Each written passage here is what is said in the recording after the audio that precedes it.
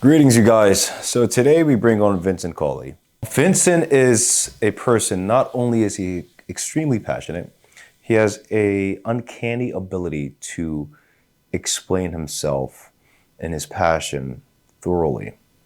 Today, Vincent and we elucidate on the matters of what's happened in LA with the fires. We subsequently get into Vincent's thoughts on Elon Musk, Vivek Ramaswamy, where in that topic, in that discussion, we had a little bit of back and forth.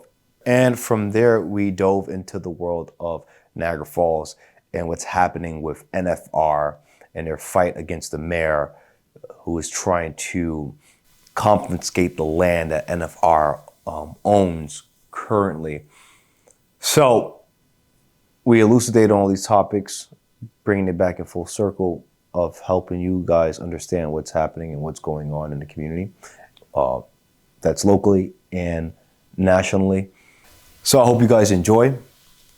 Please like, share, and subscribe if you haven't already. And I'll see you at the end.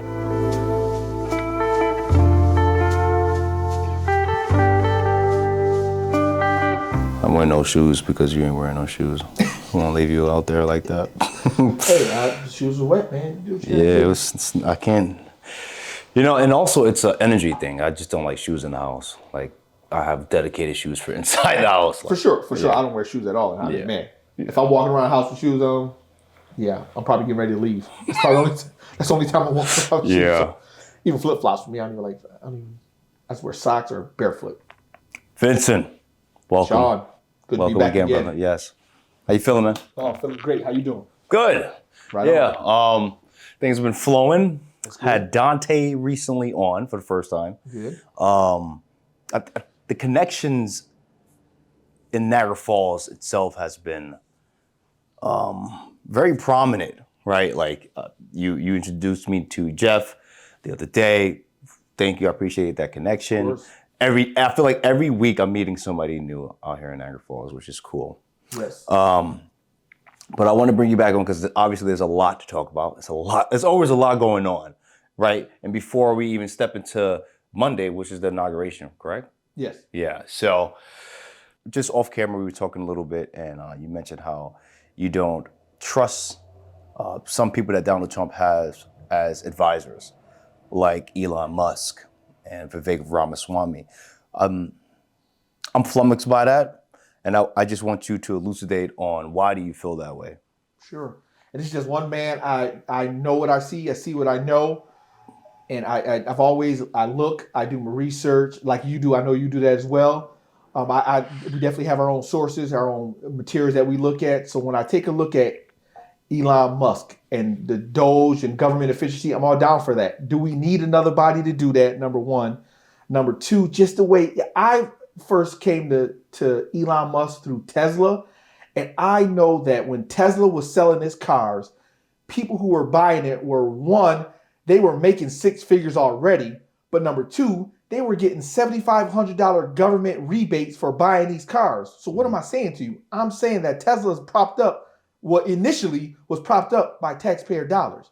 That's already off my list already, because that's not a real business. If you're a real business, you have a real product, you go sell it. You don't need government rebates. Tax credits is one thing, but government rebates is another thing. Well, explain the difference between the two. Then. Yeah. So if I wanted to invite you, say I'm an executive, because that's who can do that. A mayor, a governor, the president. I want your business. I'll give you tax credits, or I'll give you tax cuts, or something to that nature. A government rebate is if you buy this Tesla, you'll get a $7,500 check from the government as money. I mean, it's a rebate, like it's money given back to you. That doesn't fly with you. You don't look at it as like just smart business, strategic business. Why not? No. So it's a private company. When did Walmart ever give you, or if you start a business like a local pizza shop here, when did a pizza shop ever get energy credits or renewable energy credits for making pizzas that they gave to you? Does that even make sense? Well, in regards to like reusable energy and things of that nature, the technology realm is a little different from a pizza shop, right? No. What is No. how is it the same? A business is a business is a business. Yeah, but what you produce does matter. See now, so if you're going into, if you're using, say you're green, fine. I'm not. That's not what I'm debating. Mhm. I'm debating the government subsidizing and paying you to buy a private company's product. Correct, but this is what I'm saying is if the government has an agenda, right, and you as a business help fulfill that agenda, then they'll pay you in doing so. So this is what I'm saying, like in regards to like your example of pizza shops, Yep. they don't fulfill a government agenda unless you want to get the people, if you want to poison the people. But in regards to like clean, renewable energy, things of that nature, Tesla has fulfilled a government agenda. So and therefore they pay him. Now let's understand what the nature of a government should be. Okay. A government, whether What it should be and what it actually is. See, that's why I want to make sure. That's why I want to make sure we understand. So, a government at the local level, state level, federal level should set conditions that allow businesses to thrive. The government shouldn't help businesses thrive or make businesses thrive. That's up to the entrepreneur. That's up to the business owner. That's up to the founder to make that business thrive. Now, if the government wants to set the condition, low taxes, clean streets, safe city, etc., fine. Taxpayer dollars, garbage, plowing, tree removal, lawn care, all that stuff. Fine. But when you talk about, and some of those should be done by the government, but mainly they may contract that out. It's a whole other story. But I'm saying the government is supposed to set the conditions to allow business owners to thrive. Okay. So what about when businesses give certain, when government gives certain businesses, let's say government contracts, things of that nature? Are you against that as well? No, because sometimes the government needs to contract out certain services. I'm down for that. Now, how those contracts are procured, how those contracts are carried out, what the terms are, that's a whole nother story. But I'm definitely down for government contracting out things. Yes. Got it. Okay. And we can go down this rabbit hole, but for the sake of time, we'll move on to the next topic, LAfires. Yes. What's going on here? Well, LA, from your perspective, what do you think is going on? I think there's many layers, and obviously we don't live in I don't live in California. I don't have any houses there. I mean, I know people out there, but just from someone who studies this stuff, none of this stuff is new to me. Let me tell you that right now. None of this is new. I've been studying this stuff for decades. Like, Vincent, you're only 40. I know. I've been studying it for decades. You're 40? Yes. I've been studying like 30 something. Okay, brother. I'm trying to keep that going as long as I can. Hey, yeah, I feel you. I'm gonna try to keep that going as long as I can. You gotta stay lean, mean, and fighting machine. Ooh. I hear you. Shout out to the Armed Forces. Never served, but I love them all. I support them all, love them all, and I use their motto. So, but going back to the LAfires. So number one, if we just look at them, let's just look at this. Let's just be calm. I'm always down for sanity and sober mind in the fog of war. So let's just say we had a fire here that got started in Niagara Falls. Somebody's seeing smoke. Eventually they may see fire. Somebody should call the fire department, say, hey, there's a fire going on at such and such address across the street, down the road. That fire person, firefighter, firewoman, fireman, police chief comes, puts the fire out. The fire doesn't go anywhere. These fires have burned thousands and thousands of acres. Is there any records of any phone calls being made? Any text messages being sent? Anything like that? So that's number one. I see fire. I'm calling somebody. I'm calling the emergencies. So that's number one from that level. Mm-hmm. Let's take it from number two. What burned? So number one, we've known that all these forests have to be managed. We know that California is dry. So something catches on fire, it burns quickly. We've known that. Everybody knows that. So why wasn't it cleaned up so that this doesn't happen? Number two, management. Number three, staying under management. Why was there no water to put out fires? I mean, I know there's the fire hydrants. These are supposed to be checked by the municipality on a regular basis. How was it dry and no one did anything? Yeah, and so the thing is too, it's not like this is their first fire. Right. You know what I'm saying? Right. California is actually known for this. Right. So why we haven't taken the anticipatory steps to rectify or stunt these from ever happening? Exactly.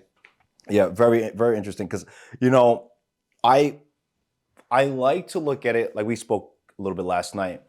Um, I I look at things from a logical standpoint, and then I have to take a conspiratorial standpoint, and then kind of make it logical and practical. Right. Um, my belief, it's just a plot to buy up land at a cheap rate. Because even if you look at the insurance aspect of it all, there was a story about a guy who had insurance. His insurance was originally like $4,500 a year. Then it went up to $18,000 a year. Francis Bichetti in California. He owns a house in Palisades. He's been there for decades. He's been living in Palisades for 50 years on and off, but he's owned his house for a couple decades, give or take. His insurance premium last year, he gets word that his premium just went from $4,500 to $18,000 a year. $1,500 a month. From $4,500, Rob, if you want to pull up the story, Francis Bichetti Brandon, if you guys can send it to Rob so he has it to pull it up. This is a Wall Street Journal story. It went from $4,500 to $18,000 a year. He goes to the FAIR plan, which the FAIR plan is $3,200 a year, and they protect your house, I think, up to $3 million. Okay. What is $3 million when your house costs $20 million? But when he goes to the FAIR plan to approve for it, they tell him to cut 10 trees on the side of his house. Got a quote for it, far too much. So he went bare. That means you don't have any insurance. That's what it's called, going bare. I'm gonna go bare, and I have nothing. Not FAIR plan, not homeowner's insurance. He has nothing. Then the fires erupted. Entire house burnt down. Malibu destroyed. Palisades destroyed. People lost their lives, their livelihood. And who's accountable for it? Let's break it down from the structural standpoint. There's a fire, who's there to put out the fires? Now let's look at the fire department. You wanna break this down a little bit? Sure. Yeah, let's break down the fire department. Let's break down. So we know the reports of the people who are in charge of the fire.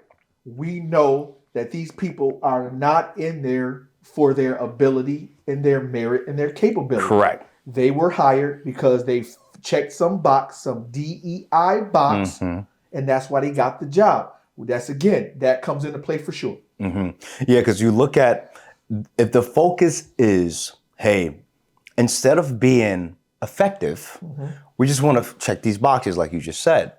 And you have these, oh my God, I'm about to actually show, I'd rather just show you this clip too, of one of the chief fire officers stating that if there's a fire, you want somebody that look like you to come and save the day. I mean, I want somebody capable to come and save the day. Actually, we'll pull that clip up and then we'll start from there. Let's react to this one. Far more woke than anybody could have possibly imagined. By now, you've heard that the LA City Council appointed the first female and lesbian fire chief, who then made it her top priority to hire more women to increase the diversity, because firefighting was mostly white and male, and a California program aimed to change that. Meet the assistant fire chief, who's also, just coincidentally, a lesbian as well, a black lesbian for triple the diversity.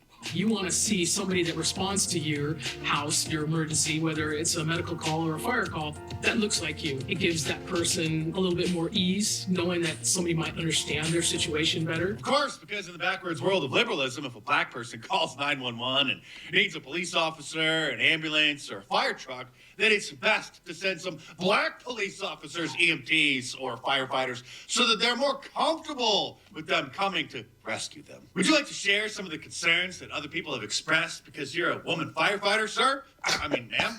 Is she strong enough to do this? Or you couldn't carry my husband out of a fire, which my response is, he got himself in the wrong place if I have to carry him out of a fire.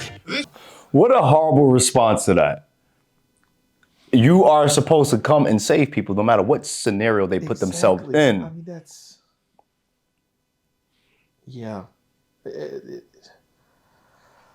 Malfeasance, misfeasance. If you really look at it's like they purposefully, I have no idea who are the hands to be in control of California, but you really you have to hate California to do what you're doing to it. From the political structure, from how you operate your businesses, from the taxes, things of that nature. You already had an influx of people that left California. Now you pull this, and then the ideology of the liberal mind is brewing well in California.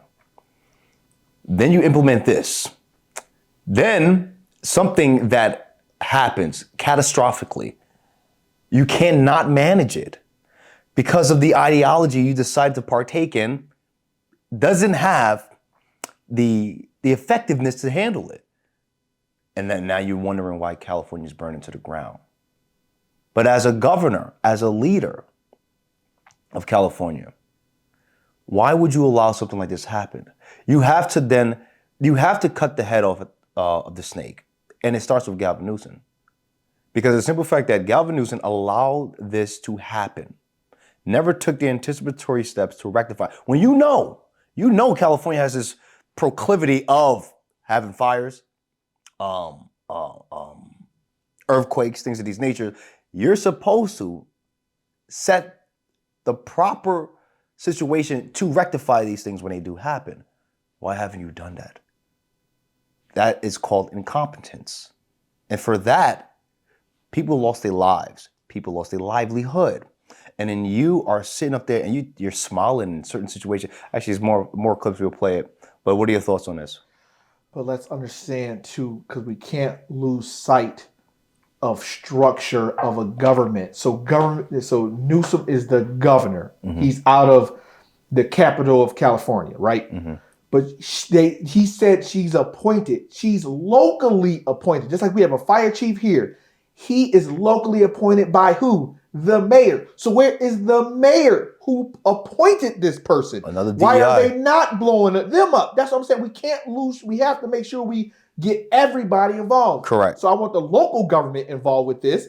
And then I want the state government getting the blame for this. And Correct. now we're tying them together. So Correct. yes, we have to go all the way through who appointed her. And again, not against lesbians as firefighters, not against women as firefighters. If you can do the job, you can do the job. Yeah, there should be a standard that is met. Standard. Don't lower the standard to get certain groups Correct. in. I want to talk to the bigger narrative. So let's get this if someone who looks like me is a teacher, who looks like me is a firefighter, that should be, in my opinion, nonsense. I want someone who can do the job. If you can't fly a plane, but you look like me, guess what? I don't want you flying the plane that I'm in. Mm-hmm, mm-hmm. But let's hold it right here for a second, because I want to talk about another thing that we haven't mentioned yet, that I haven't mentioned yet. I go back to my example of if there was a fire here. So how did the fire get started? Mm-hmm. Was it an electrical fire? Did somebody leave the grease on too long? Did a kid accidentally burn something? In this case, we have video. There are reports of an arsonist sleeper cell, if you want to call it that, that's setting houses on fire. People, locals, mm-hmm. have these people on tape, video rather, mm-hmm. old school, mm-hmm. on tape, setting fires, and the people are complaining about it to local officials, to other people, to their neighbors. We have the video of them doing it. And now, why did I want to bring this up now? Because one of the theories is that, just for example, if there's a fire here, mm-hmm. and I live on the other side of town or other side of the county, and I evacuate my building, and I have malevolent intent, I'm there to grift, I'm some, a thief or crook, and I know you got a message from the county to evacuate, and I know that the fire is set by me, and I know where the fire is, what am I going to do? Yeah. I'm going to go to your rich Palisade house and rob that joint. Mm-hmm. Mm. Yeah, there was, and I have to do a scrupulous amount of research in this, in regards to like these houses, because there's video footage of people starting fires, lighting trees on fires and walking away, lighting houses on fire and walking away. Who are these people? Some speculate illegal immigrants. It could be sleeper cells. It could be government. We don't know. We don't know. Yeah. So, yeah, very, very interesting. And I think it's just a complete mess. It's almost as if somebody knew that this was going to happen. That's why you we didn't want to rectify putting out the fires. Right. We didn't want to do that. Right. We wanted the fires to exacerbate. Right. And we wanted to make sure that there was no point of stopping them. Right. And so it's almost like somebody set this up purposefully. Right. Because ultimately, Right. we get these people out, we get the land for ourselves, we can build whatever we want. Right. More assets, more capital for us. Right.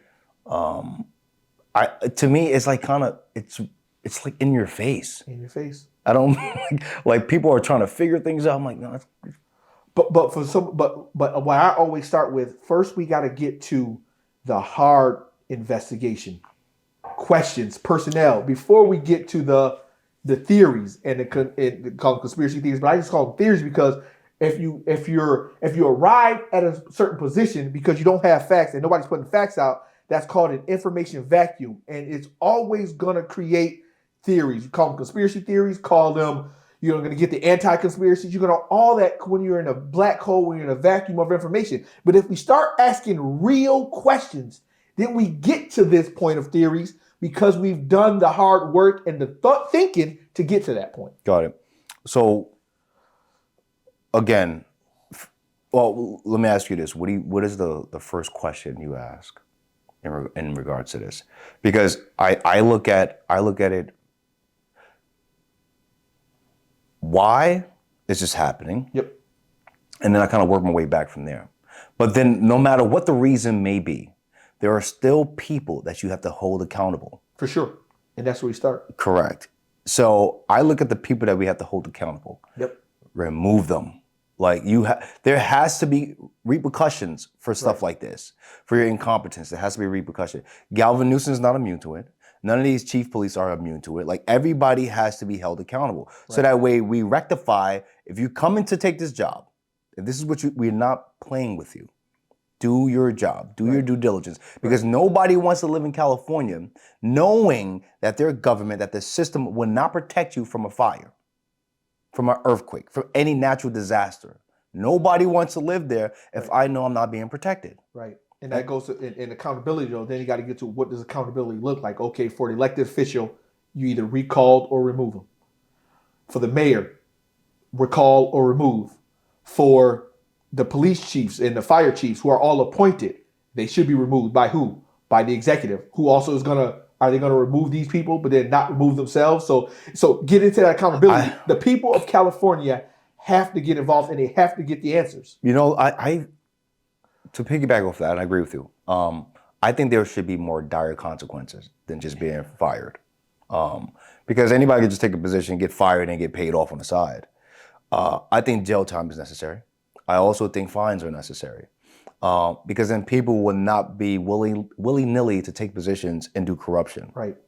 Now how do we get to, now we're talking about law. Mm-hmm. So now how do we get to a law position? How do we get evidence to stand up in a court of law, whether it's a civil trial or a criminal trial? We start from where I started from, asking questions and holding people accountable. 100%. You get the facts and you can bring that into a court of law. So yes, I'm down with you. Yeah, okay. All right, cool. You know, we talked about Elon Musk, but we didn't go down the and it was my fault because I stopped us from going down this rabbit hole. But you also mentioned Vivek Ramaswamy. You don't trust him neither. I don't trust him either. Why you don't trust Vivek? Because I know this is, you look up how he got his money, where he got his money from, who he got his money from. He's in the biotech sphere. Mm-hmm. He's just in there. So we just had this issue with COVID, and now he comes from emerging out of COVID to run for president. Okay, fine. But when you look into the connections and the details, and I'm not going to get into the vice president, but I know he has his hand in the biotech sphere too, in the pharma sphere too. So anybody come from that sphere who has not come clean and said, okay, these vaccines were not really vaccines. The mRNA technology, it has its capabilities, but it's been hijacked and used illicitly. You mean when it first I mean, occurred when it because first came, they spoke against it plenty of times. But you're referring when it first right? was. I mean, why weren't these people at the forefront saying this stuff, man? And now when it's time for them to get to a position, now they want to try to come clean. No, I don't buy that kind of stuff, man. And then who they're still connected with in the whole ecosphere. And here's another thing. Watch this. Let's break this down real quick. I'm going to use a good old nursery rhyme called The Three Little Pigs. Vincent, what does that have to do with anything? All right, so you got one pig who built with straw, one pig who built with sticks, another pig who built with bricks. In the movement, and this is referring to the movement, to the Trump movement, the MAGA movement, the America First movement, the Make America Great Again movement. Those people, like myself, I say we built with bricks. Our ideology is tight, our practice is tight. We get facts, we get evidence, we get data, we do research, we're solid. We didn't jump on the COVID vaccine, tight. You want to get into the fold? Man, you got to prove your bona fides, man. You got to, did you question this in the beginning? Did you question Fauci? Did you question the mRNA? Did you do that? Now, these houses are burning down, no pun intended, with all due respect. The house of straw and the house of sticks. What do I mean by that? Elon jumped ship, tried to get into MAGA. You got Vivek jumping ship, trying to get into the MAGA sphere. You got RFK, who's been allowed into the fold. You got people like Tulsi Gabbard, who's jumping into the ship. So all these people were in these other camps, the liberal camp, the leftist camp. They should be qualified and vetted out before we just let you in. We'll bring you into the fold because I'm all down for including people into the sphere because I'm about building bridges. I'm about developing coalitions, but that don't mean you're fully into the camp. So you don't think that Vivek, which is used, and then I'll use Tulsi Gabbard as well. Actually, I'll use all three of them. You don't think they did their due diligence to be qualified amongst the rest of the MAGA? I think they have their issues that they're good enough to get. I'll take your issue. I'll bring you in, almost like a third party. I'll bring you into the fold. But in terms of the core of it, gun laws. There's more than just COVID. You got gun laws. You got the whole platform. You got what we're going to do about illegal immigration. I think they believe in all that, though. Right? What we're going to do about the H-1B visas. Have you heard Elon Musk and Vivek Ramaswamy talk about the H-1B visas? Yeah. What did you think of what they said about that? So I am split. I'm split because I do believe that we need to hire more Americans to take these jobs.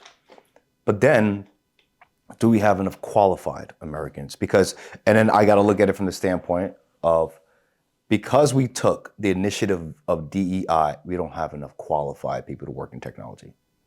So when you look at, what they say, 70% of these H-1B visas are from India, which they really invest thoroughly in the technology realm. And then also it's cheaper labor for them. Makes sense. If I'm a builder, if I want to build a house, and it's either hire locally from people that's going to give me the bare minimum effort to do it, or hire immigrants that's going to come and knock it out ASAP, and I pay less. Now watch this. What makes that any different than the illegal immigration case? What do you mean? You talking about with the H-1B with the H-1B visas. H-1B visas. In regards to that, it's one, we have a track record of who these individuals are, right? It's not like open borders where they just come in and we don't know who they are, where they come from, X, Y, and Z. That within itself is a huge difference. Also, they're adding value explicitly to a company that adds value explicitly to a country. So with those two, it's a huge difference. Now watch this. I'm gonna push back on this. I say the reason why I don't trust them on the H-1B visa is the same reason why those same people, cheap labor, and Americans can't do it. They're too lazy. Those are the same top two reasons that people. I don't say lazy. I again or incapable because of pernicious agendas that was pushed prior. Go ahead. So So the same, there are no Americans that want to do these jobs, that want to do for the legal immigrants. There are no Americans that want to do these jobs. They're not out there. They don't want to do them. And it's the cheap labor. It's the same two arguments that the top two tiers for the illegal immigration. That's why we need to open up the border. So that's why I said, when we go back to the H-1B visas. But it's a huge difference between opening up the border and keeping track of who comes in here. But the people who advocate for those open borders, behind the scenes, this is behind the scenes with the illegal immigration, they're pushing those same two arguments. We need the cheap labor and we have no Americans to do it. Yeah, but that behind the scenes doesn't it's not germane to what's happening in front. Oh, it is. Well, because of the simple fact that if I'm saying we need H-1B visas to come to this country to do this work, that's different from saying behind the scenes we need more illegal immigrants in this country to do the work. It's not the same thing. But one is okay. How is it the same thing? Because let's go back into because H-1B visas. Let's go back into the actual numbers. Because I've looked at the numbers for who are these people of the H-1B visas. They're no better than you and me. And there are people out there there are people, and this is where I want to get to the real argument. There are people who can do those jobs that these H-1B visas are doing. We have them by the boatloads. Why do we need to import immigrants when we have the people, Americans here, who can already do it? Now, we have those numbers. There are numbers tracking this stuff. Yeah, I don't know. What are the numbers? Oh, I forgot. There's an institute. Man, Yeah, you pull up. Oh, I thought I found it. Come on. How did I miss this one? All right, you go. If you want to economics. Maybe no, not that one. I got different folders and different. Got it. Come on. Listen, if you want to send it to me later, Yeah, I really can. I'll send it to you later. I'll send you clips and references. But we have organizations that track who these H-1Bs are, what are their background, what is their number. We have all these numbers, and they're no different than somebody who graduates from college.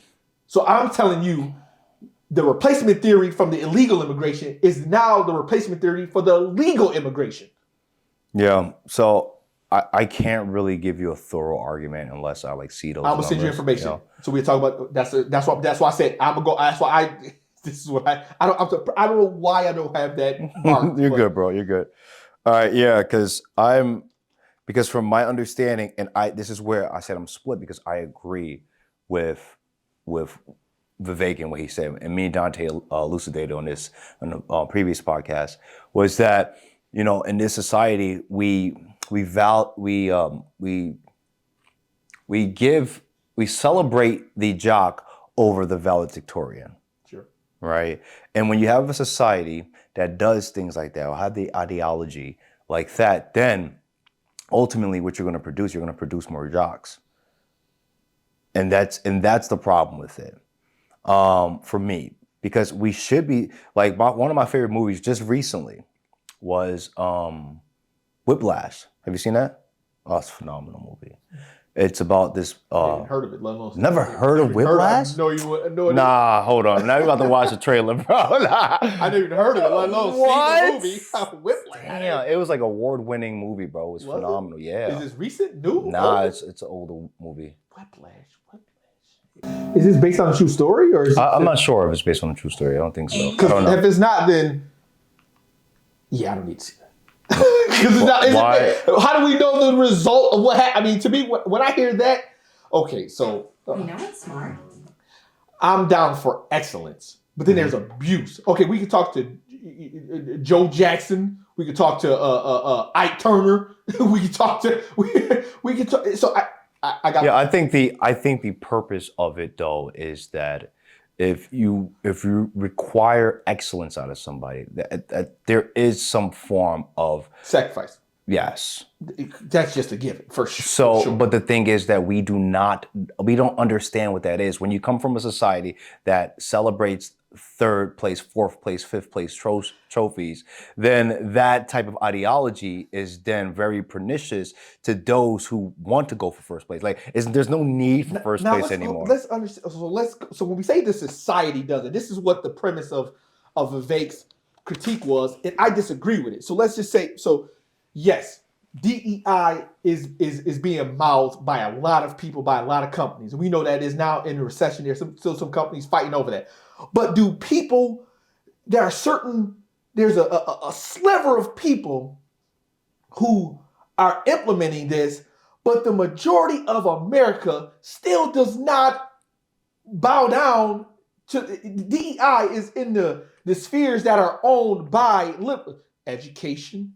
You got who's running a business. Is it who's the leader of this? Just like we saw with the fire department, who's at the upper echelon of the FBI, of the Army. So you got these upper echelons trying to push it down into the people, and that's where we're getting the resistance. So what I'm trying to say is, I was born in the '80s. Never thought about the color of my skin, the gender, or the whole thing. So the American spirit, like when you watch a movie, like you don't even need to watch it, but when you see a scene like the movie Facing the Giants or a Die Hard, we still have the American spirit that wants to kick butt and take names and become excellent. The SEAL Team 6, the Delta Team, but right now we're being hijacked by DEI. Yeah, well, that's the problem.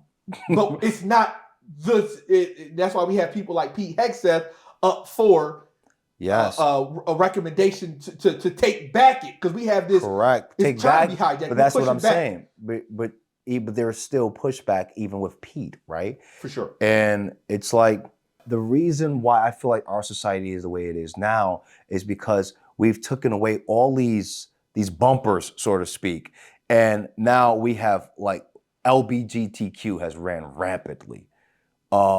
This whole DEI initiative has ran rampantly. Feminist movement has ran rampantly. And because we've let things just go without any bumpers, now it's being manipulated on the most malleable subjects in our community, which are the children. Now you said it's being pushed from the top down. I feel like it's being pushed from both sides, like systematically. Yeah. And to me, that's a problem. Yeah. Like that's a huge problem, because we have kids growing up that don't believe in God anymore. They don't care. They don't even care to believe in God. Right. They rather worship LGBTQ. They rather worship influences in these communities instead of a God. Right. When you do that, you're setting society up for failure. Right. And this is where I have a problem, is like, because like you say that as torture, and to some degree I agree with you 100%. It was torturous watching him go through that in a movie. But I look at even movies like what's one Denzel Washington, he's a football coach. Remember the Titans. Yes, Remember the Titans. He was very adamant. For sure. You know what I'm saying? For sure. Very militant. Like my father was extremely militant. If it wasn't for him, I would not be where I'm at today. Sure. Right? Me and my brothers. So there had to be some form of masculinity. Right. But we even took masculinity and say, oh, that's toxic. You can't be like that. Because we let them. Yeah, that's what I'm saying. Because we did let them. We let them. And because we don't highlight certain things, and we feel like, oh, we just don't, we want to be nice. We don't want to bully them. We want to be nice. Let them be them. And I feel like that's a problem. And now I'm all for people doing what they want to do. Be who you want to. If you want to be atheist, go over there and be atheist. Right. But when you start advertising it to people, don't get mad at the pushback. Right. And don't call and cry for equal opportunity, X, Y. No, you gotta get this ass whooping now. Right. So that goes back to if you think about so people, we gotta say this isn't it's new to us because we have technology. But if you go back 50, 60 years, the same thing was going on with the Vietnam War and the bra burners and the affirmative action, but now it's just evolved into today. So it's cyclical, but because why? Who's in charge? Who got these people in charge at these levels? So that's when I say top down, it's people in official positions. Lloyd Austin at the Secretary of Defense, Mark Milley at the Joint Chiefs of Staff. You name the department head, the FBI, you name the department. Who's leading that? What position are they coming from? What era were they raised in? I don't mean era. I mean, what era, as in, was it Vietnam? Was it this? And then were they bought and paid for? Were they coerced to do this? So it is multifaceted as to what's being pushed, what's not being pushed, who's genuine, who's not genuine. What do you feel like the number one problem in America is? What do you feel like it stems from? The number one problem? We've had communists in our government since the 40s and 50s.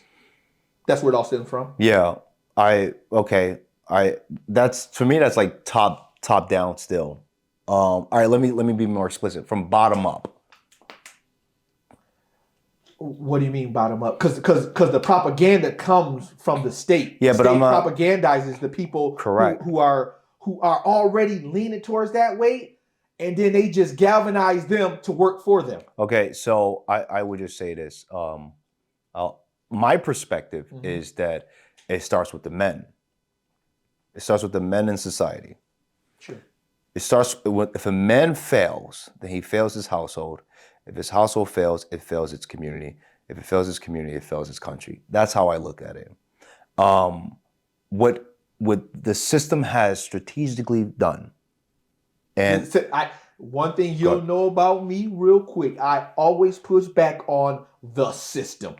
There are names, people, correct, agendas, ideologies. Yeah, we can break down. I want to break. If you we want to go can there, break down the system in regards to like the details. So when you say the system, because if you really want to go about it, I mean, we could talk about spirituality of this whole thing, religious beliefs, the Bible, sin, all that stuff. So when we really want to go, that's what I'm trying to refrain from going there now, because I want to make sure we get the ideology, and then we go, what's behind the ideology? Yeah, so I'm speaking from a macro standpoint, yes, right? And we can break this down micro for sure. But talking about macro, when you say macro, that still is referring to something. So yeah, when I say macro, I mean the system. I'm talking about government. Okay, that's still you're still with me. That's top down still. So what no. Okay, so you didn't let me finish. If you let me finish, you know what I'm talking about. So in regards to like how I look at it, is when the man, it starts with the man. This is what I mean, is that he allows if his belief is going to be misconstrued or not. Right? If he has a belief with God, nothing should affect that relationship with God. And this is what I mean. And if he fails at making sure that his relationship with God is tight, then everything else dwindles from there. And this is what I mean. Because if a man decides to say, hey, you know what? I'm going to believe what they say instead of believing what the book says or my relationship with God is. I'm going to say, you know what? Maybe I should let my kid be gender fluently. Like, let's say, let's use what's his name, Dwayne Wade as an example. No doubt in my mind, his wife influenced him. Who influenced his wife? The system. Okay, what is the system? The ideology that's been pressed. We could look at the LGBTQ stuff, all of that, which informed him to be very lenient on as a father, and then allow his kid to then participate in this whole LGBTQ movement. And that's why he get a lot of slack for it. Even Will Smith, same type of ordeal. He allowed himself to be freely because he felt like, because the ideology at the time was, oh, let your kids do what they want. Let them be free spirit. Don't control who they are, what they do. Just let them be. And then they will become the person that they're supposed to be. That I remember listening to a podcast with him saying this. And I'm like, I don't think I want to do that. I don't think I want to do that. And then fast forward to now, you see what's happening with his family. Right. So to me, when you allow even like feminism, and these are all products from the system. And we again, we can break down in detail what the hell the system is. But all these products, feminism, LGBTQ, DEI, all of that has an effect on the man if he allows it to. And then that effect affects his household, that effect on his household affects his community, and then ultimately the country. And this is why that one quote when they say, strong man creates soft times creates soft men. Mm-hmm. And this is what's happening. We're coming from an era where times have been soft. We've been chilling. And we've let things go. And then letting things go, we have this that has emerged. So this is what I mean. I feel like everything starts from the household. And then the problem is that with feminism, masculinity is a problem. We label it toxic because we don't want it at all. So then men don't even know how to be men anymore. Then when you take away that from men, then you add on top of it, you remove the men from the home. Certain policies that are in play to encourage moving the men from the home. We don't need men as fathers. I can raise a child all by myself. Then you leave the child for himself. Then that child is being raised not by you because you got to work still. Who's raising that child? The TV, the internet, and what's on the TV and internet? This ideology. And then the cycle continues and continues and continues. That's what the problem is. For me, it starts at home with the man. For sure. 100%. I mean, yeah. I mean, but now most men are worried about who's the quarterback, what my stats Correct. And I'm not gonna say both. I don't want to. I mean, but I mean, it's all. It's a distraction for most men. I agree. But it goes not back, sports, just in talking to general. But it goes back to you even go back to the 80s and 90s. So back then, I mean, you look at TV, how it's all connected. So when you say the man, but then he's watching TV, but then the TV is from this because back then you had a father who was the father of his household. He had a man and a woman in a household. They were married, had the kids, and they had a family together. But then you see a shift in the programming of where you see on TVs. Well, now from the 90s, the dad was some aloof guy. He didn't know what his daughter was doing. Couldn't handle his son. He was just some big doofus that was just in the household, just there to give money and not pay attention to what's going on, not get in his kids' lives, not be involved. That's from the TV. So the TV influenced the culture, influenced the band, who influenced other people because that's what people are attracted to, and influenced the kids. So that's what I'm saying. It's a whole... Yeah, it's a play for sure. Right. And I remember like growing up and never was a fan, but BET. Every movie on BET was depicting a black man as a criminal. Yep. And even if he was a hero, at some point in his cultivation, development. Yeah, his character development, he was a criminal. Yeah. Like it was a criminal to be the top criminal. Right. And I'm like, what is this crap? Exactly. So we went from shows like Family Matters. Yep. To shows like Power. Right. Or here's a clear example of that. We went from Fresh Prince of the late 80s and late 90s to the Fresh Prince of today. I haven't watched that. I don't even know that. I haven't watched it either, but I've only heard about it. Well, I'm like, Carlton from here to that Carlton, this will to that will. From what I heard, I haven't even seen an episode of it. But just from here, I'm like, that's how you can see the devolution and how it's an agenda played on by entertainment, correct, the government, correct, everybody. So correct. Yes. Yeah, and that's what I mean by the system. It's like, to me, big pharma, big tech, yes, big meat, yes, big education, all of that, yeah, all of that has an effect. But we understand that there are people that are at the heads and in positions at correct. Every level of those. That's correct. why people always lose sight. There is somebody who's leading that in a position, pushing a policy. Yeah, but so for me, it's like, unless you wake the people up on like what's actually happened. And this is the stance I've been taking. I've been taking a stance of like, let's educate people on what's actually happening to them. Right. And if you actually can realize what's going on, then you can shift and say, okay, hold on, yeah, wait. Watching porn is not beneficial to me. Like having sex with multiple women is not beneficial to me. Being a deadbeat isn't beneficial. Like, it's like you start waking people up and they realize, okay, bro, you've been manipulated. You've been bamboozled. You have to take responsibility. You did allow this shit to happen. Now from there, how do we fix it so that way it doesn't happen to the next generation? Absolutely, and that's a whole, and that's absolutely brilliant. And that's what I wanted to get into. How do we stop that from happening to our kids? Because I said on the podcast, because I want to make sure I clear this up too. Because I said on the podcast last time, I didn't want to get in teaching because I didn't want to deal with kids, but I love kids. But I didn't want to do that as a profession. I'm a problem solver, and that's teaching. That's different. Yeah. But I love educating because how do we stop this from perpetuating again? Well, you're gonna meet somebody who's gonna say, "Man, those DEI hires, those are a good thing." And instead of us flying off the handle, we have to say, "Well, why do you think that?" We have to get into before, just like a local. I hold by this quote. In order to get the train moving, we first connect and then we pull. We don't push. We pull. We connect. So we have the discussion. Well, why do you think DEI is such a good thing? And we listen to what they say. We know the answers. We know it's bad. We know all that. We know where it ends. But we have to get them, move them along, which goes back to what I started with the fires, is we start asking the hard questions and then we move to the theories and the soft. So that's how we not have this. It sounds so but it sounds so crazy, but that's how we get my son, who I don't have yet, to say, hey, we be the example. Leadership is spelled EXAMPLE, example. We be the man for that kid.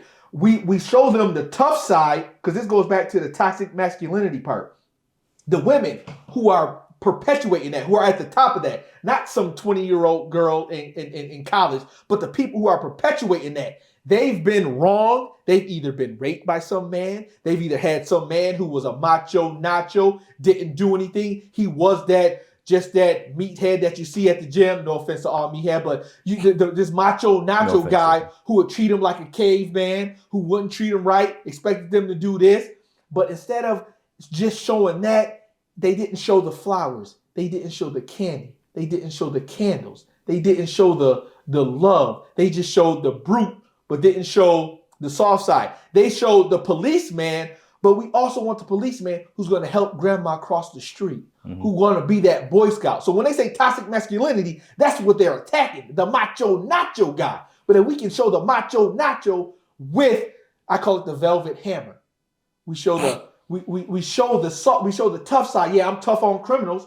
I'm tough on crime. I protect my woman. I protect my kids. But hey, look, watch this. I also want to help grandma cross the street. I want to save the cat out the tree. That's what they attack. Yeah, I say lead with grace, right? And that's what we need more of. We need more leaders that are like warriors, but can be graceful. And Jordan Peterson said something about this too. He was like, he said, the sheep shall inherit the earth. The meek shall inherit the meek shall inherit. A Bible verse taken out of context, but continue. Oh, how do you feel like it's taken out of context? That's just a side. I just wanted. Yeah. So what he said, like when he broke it down, he was like the meek. It's pretty much the individual who has the ability to protect, to harm, but decides to always. There's an opportunity when to take out your sword and when to keep your sheath. Right. So and just to add on that, and you can continue again. Go ahead. That's I use this example. What if you go into a bar, right? And do you know John Jones, UFC? Yeah. What if you see John Jones just sitting at the table, he's sitting at the bar, just drinking it, drinking like I'm just doing. He's just drinking, and some guy comes up behind him and pushes him. Man, I want to fight you, man. And let's just say this guy don't know who John Jones is. Let's just say whatever. He just don't like what John Jones is wearing. And he goes to push John Jones. He keep punching him. And John Jones just like, yo, man, we don't have to do this like this, man. But you're the third person in the corner seeing John Jones do this. And you like, yo, John Jones is about to kill this fool. This dude don't know who he messing with. But John Jones is still being cool. He's just still handling it. It's like, oh, I don't want to fight you today, man. I don't want to go through this, man. Did I do something wrong? Is there something you want me to do? Did I mess with you somehow? That's what we want to see. He has the power to destroy this dude in 3 seconds, but he doesn't. Yeah. That's what we want. Yeah, exactly. Yeah, I agree. I'm on the same page with you as that. And when we say toxic masculinity, I believe that any form of manliness today and this is what I have a problem with the liberal mindset, is that like Pete has said, they use him as they try to label him as being a toxic masculine man. And he's been completely graceful this entire time. Yes. And it's like, where are the boundaries? And I think, obviously during the time with Kevin Samuels, rest in peace to the legend, Kevin Samuels, and then emerging from Kevin era was Andrew Tate, and then Fresh and Fit and all of these other platforms. That was the era where people was like, all men are like this. If you believe in this, you're like this. Even though if you take what they're saying without the fluff, they were right. Right. Men should lead the home. Men should protect the woman. Women should be submissive to the man. Like in my relationships, these are my three pillars that I require from my women: exclusiveness, support, and submissiveness. If you can't provide me those things, I don't want to be with you. I won't entertain. For the podcast, define, because I don't want to be a type. All right, hold on. In regards to exclusivity, like there should have. I believe in access. Like what makes somebody more valuable is the less access he has to them, right? Why do people value Gucci or Ferrari? It's because not many people have access to it. No other men should have access to my women. That's how I value. If multiple men have access to you, you're not valuable to me. So exclusivity on that portion. Support. I set the mission and vision for the family. Your job is to support that mission and vision. Submissiveness. In order for you to be willing to do all those other things, you have to be submissive. So in order for you to tackle on being a supportive woman, in order for you to tackle on being an exclusive woman, you have to respect your man. You have to be submissive to that man. Now, not every man can require this out of women. There has to be a certain standard. And this is the problem I have with society too, is that a lot of men don't understand how to be men, because we have literally misconstrued what it is to be a man, and we have made it toxic to be a man. So people are now learning how to be men through women. And it's totally backwards, because those same men or the same women that's teaching men how to be women don't even want those men.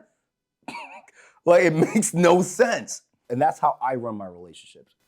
Very good. Good. All right. So let's bring it back. Let's bring it locally now. That was actually fun. Let's bring it locally now. That's great. So in regards to like Niagara Falls, what's going on with you politically wise? What are your agendas? Do you want to talk about yourself politically? For sure. Yeah. So right now, 2025, this is going to be a great year. There are 3 city council seats running up for grabs in November, and I'm seeking one of those positions. So We're absolutely fighting to get back on the city council. I know the issues of the city. I know the challenges. I know the problems. I know what it takes to do it. And with the help of the people, we're going to get it done. When we get on the council, we're going to get it done. So this election is the one of 2 elections in this next few years that are going to be pivotal to the success, the revitalization, the regeneration of Niagara Falls. And why do I say that? So you have 3 council seats this year. 2 years in 27, you're going to have the other 2 council seats and the mayor. So we can change the government of Niagara Falls over these next 2 elections to where we can take off like a jet and go into the world-class city that we know we should be. Copy. Yeah, I've been having discussions about this.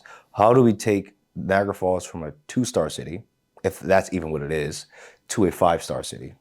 Like what anticipatory steps do you feel like we need to do to take in order to take it there? Number 1, it's the law of the lid. One of John Maxwell's, it's the leadership lid. Right now, John Maxwell. Right now, the leadership lid, the people who are leading this are the politicians. It comes back to our elected leaders. If they're choking the system, if they're choking the people, if they're holding the people down, tyrannically or otherwise, for personal vendettas, personal agendas, for some outside special interests, the city will remain down. So the first step is to get the majority of the council with people who are invested and who are vested and want to see the city succeed for all people, not a select few. Come on, me. Business-wise, what's happening in Niagara Falls? So since the last time we talked, I talked to Dante a little bit about this as well, and it seems to be a recurring topic in the city because honestly, it's like one of the biggest things that's happening, right, besides the mayor being investigated. Right. What are your thoughts or what is happening right now in conjunction to the data center? So right now, the latest in that saga is that now it is said that NFR doesn't own the land that they're building on that they say they own. So think about that for a minute. Okay, so if NFR doesn't own the land that they say they own, why did we as a city, or why are we as a city, and why are we as a city trying to go to court, taking them to court, going through all these processes, spending hundreds of thousands, millions of unknown taxpayer dollars trying to take land if we knew they didn't own it in the first place. Does that make sense? Okay, give people who is NFR. Yes, let's break down the players. So we have NFR, the biggest landowner in the downtown area, if not of all of Niagara Falls. Niagara Falls redevelopment, NFR, they own own lots of land, and they own the land that's in question for the eminent domain. That's one player.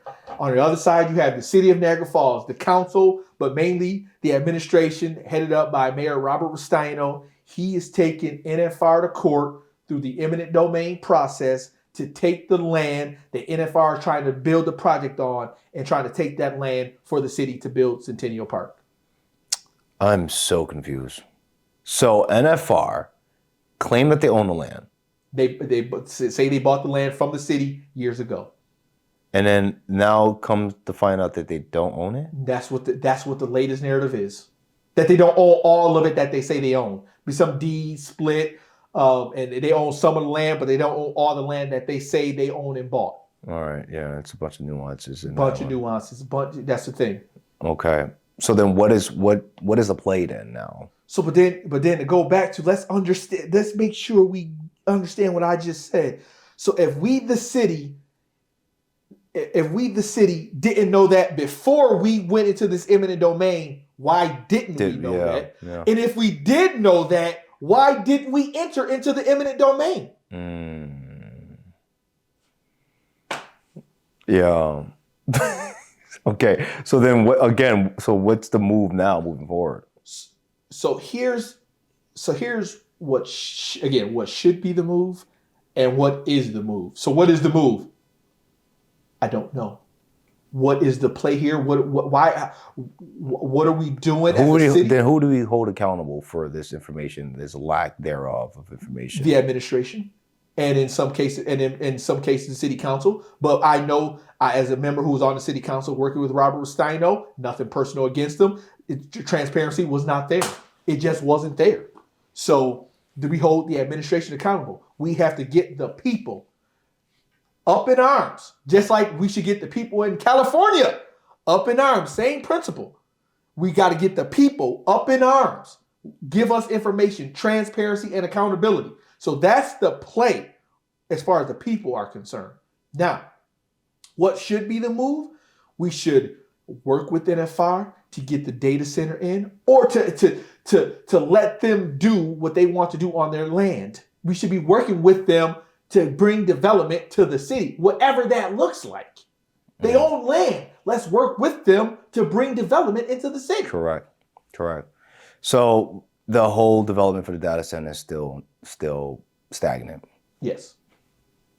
Got it. And do you have any idea when they're going to break ground, or if they're actually going to break ground? I don't. Yeah. No idea. Yeah, I don't. Yeah, the whole Niagara Falls politics stuff is kind of very flummoxing. It's frustrating because I would hope that as a leader of the city, you want to do what's actually best for the city, not what's best for you as an individual, not what's best for your constituents. It's what's best for the city. Yeah, you're the leader. Here's the other thing. I wonder how many people in Niagara Falls knows what's going on, and how many people in Niagara Falls actually cares about what's going on. I would love to see a poll of that. Yeah, I would love to do that. I will. Maybe one day I'll do a man in the streets when it's nice outside. Yeah. Because I want to see what are people's actual thoughts on it. Obviously people have their own situations to deal with. And when you talk about Niagara Falls, it's not like a city that, do you know how many citizens are in Niagara Falls? 48,000. 48,000. Do you know how much of that which actually voted? About, I hear numbers about 7,000 actually. Damn, that's it? 7,000? Yeah, okay. Very interesting. So your plan is to move into a council member seat. What are you planning on bringing in regards to change to the city? Because I've seen a couple of your videos, you ask the tough questions. I think that even a lot of people would say that you put Robert on his heels a couple times. So Are you coming back with the same fire or even more fire? Like, what is your plan? So much more fire. Oh my goodness. That was just a teaser of what I got planned coming back for round 2. Oh my goodness. And let's make sure we get this clear. Okay. I am not anti-Rustino, anti-Robert, anti-Bobby, however you want to look at it. This is not personal, but when you mess with the city and you mess with my city, when I want to try to grow and develop, it becomes personal. So I have nothing personally against him as a human being, as a man. But the position that he's in, he's leading us on the wrong track 100%. So my goal on the city council, it's night and day. So I have, number one, it's always to build an effective government. Mm-hmm. Transparency, responsiveness, accountability, and effectiveness. An effective government. 2, economic development. We can do this. We can get diverse companies in here, which leads to the next one. Number 3, quality municipal services, okay, for taxpayers' dollars. Number 4, a variety of leisure and entertainment activities for everybody from the youth all the way up to the senior citizens. So that's just 4 points right there of what I'm bringing back to the city council. Love it, man. You're going to be phenomenal, brother. I can't wait. I appreciate you. Thanks for coming on. Always pleasure. All right.